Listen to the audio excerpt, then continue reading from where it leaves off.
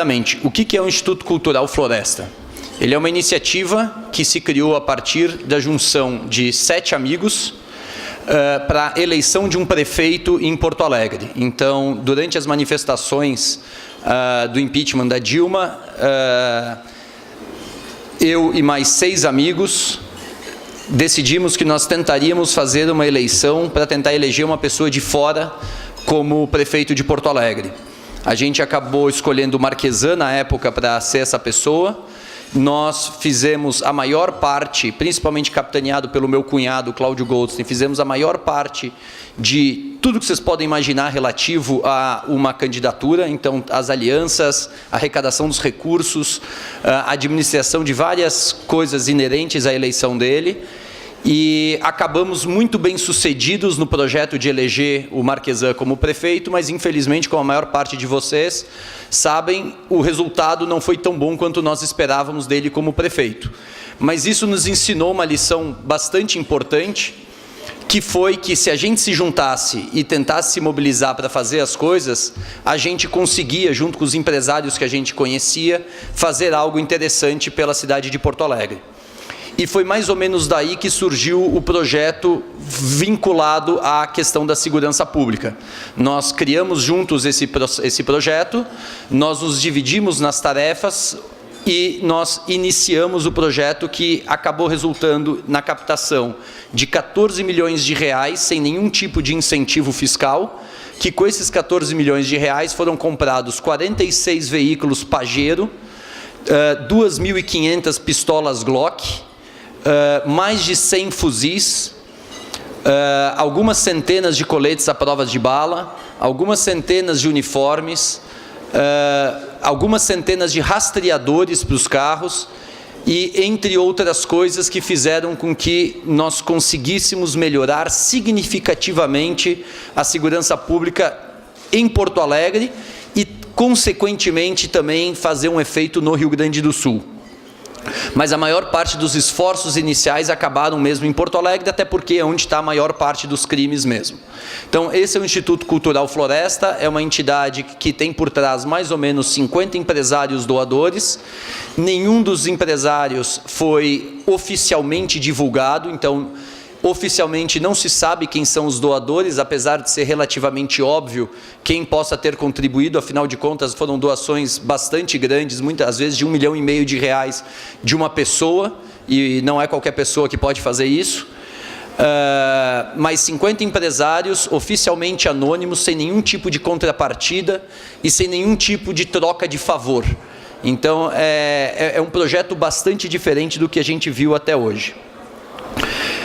Feita essa apresentação rápida do Floresta, eu quero entrar no tema que eu efetivamente gostaria de conversar com vocês, que é a questão de um panorama geral de segurança pública e tentar até entrar um pouco em áreas de fora da segurança pública. Bom, de forma absolutamente objetiva, são 3 coisas que fazem com que um Estado tenha ordem e tenha segurança. A coisa número 1 é oportunidade para o jovem. Então, todos nós somos seres humanos, todos nós procuramos dentro dos nossos espectros de opções o que vai nos dar as melhores opções de vida, e quando você tem poucas opções, muitas vezes a criminalidade acaba sendo a melhor delas. Então, a primeira coisa que influencia fortemente na segurança pública é a questão da oportunidade que é dada para o jovem. A segunda coisa que influencia a segurança pública é a ostensividade policial. Então, aonde tem um policial, em teoria, vai diminuir a probabilidade de ter um crime. Quanto mais ostensividade, melhor. Quanto menos ostensividade, maior a oportunidade para o criminoso fazer algo. O terceiro fator que influencia é a questão da punição. É o medo de ser pego. Se você não confia no sistema, ou você confia inversamente no sistema, sabendo que você vai ter impunidade em cometer um crime, é da natureza humana que você faça algo que, dada os seus níveis de oportunidade, vai te trazer o melhor benefício pessoal. E se é o crime, e você percebe a impunidade, você vai acabar tendo uma propensão maior em cometer o crime. Feitas essas 3 colocações, nós temos que ver quais são as soluções para a gente mitigá-las.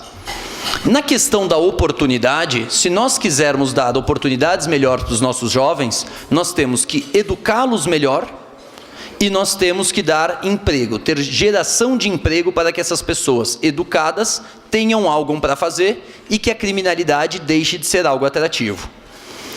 A segunda questão, que é relacionada à ostensividade, é a valorização do policial. É fundamental que nós tenhamos policiais bem equipados, bem motivados, bem pagos, para que valha a pena para o policial colocar a vida dele em risco pela nossa. E isso é fator fundamental em qualquer país desenvolvido.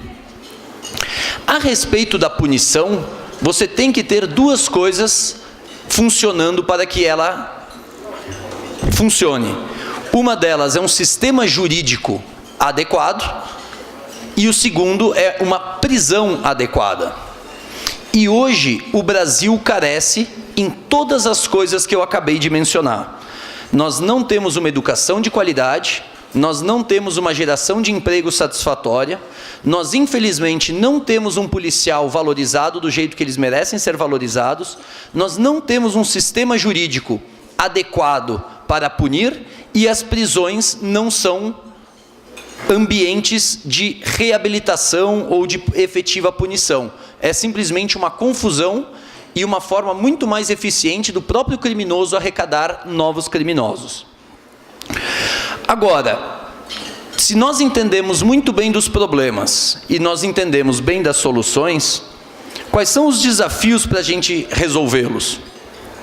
E eu gosto de classificar em 2 tipos de desafios diferentes. O primeiro é o desafio intelectual. São desafios que nós temos que vencer individualmente.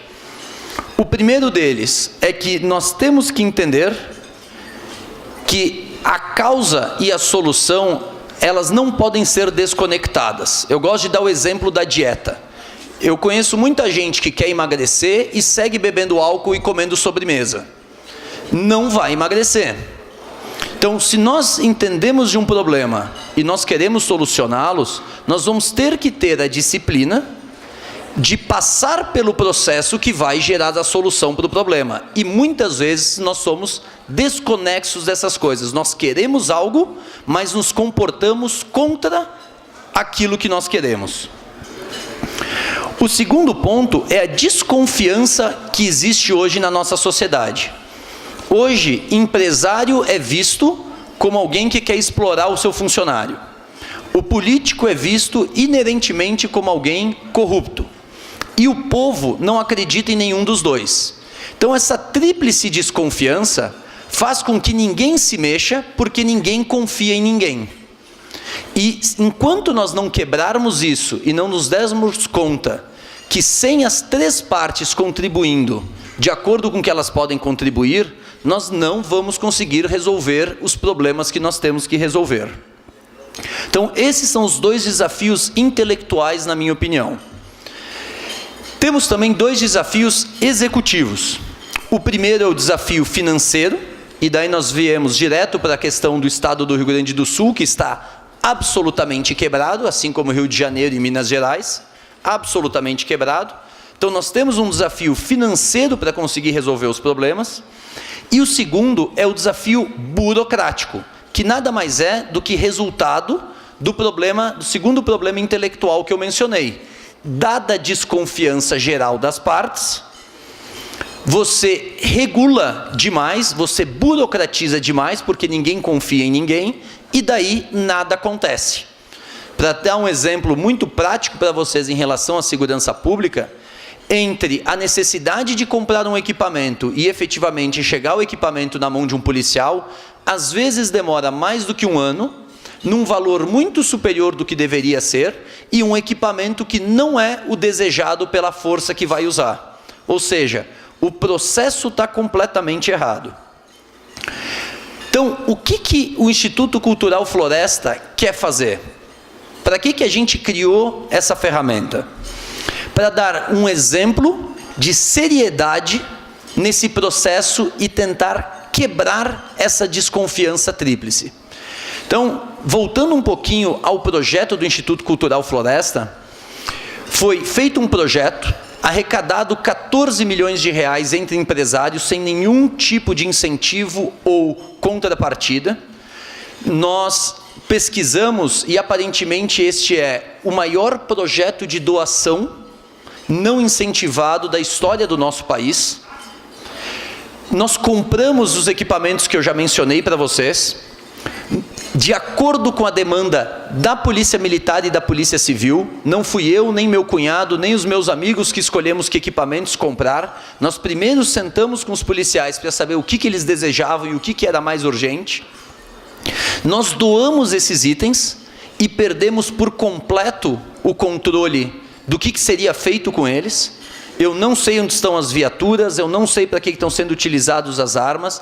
Isso foi absolutamente delegado para as forças policiais e para a decisão política.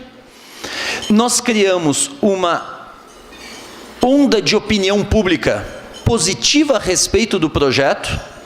Então, toda vez que tentavam levantar algum tipo de desconfiança, nós, com fatos e argumentos, nós conseguíamos dissuadir de que qualquer coisa que nós havíamos feito foi por interesse absolutamente individual. Não foi.